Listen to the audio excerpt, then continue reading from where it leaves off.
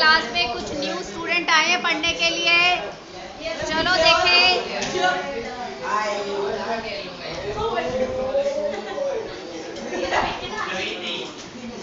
इसको करो जरा। मम्मी डांट रही है और बेटा झगड़ा कर रहा है।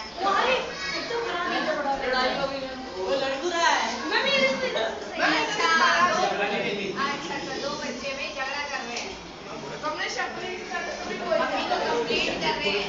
मम्मी वैसे सही दिख रहा है। भाई हमने भी सीखा।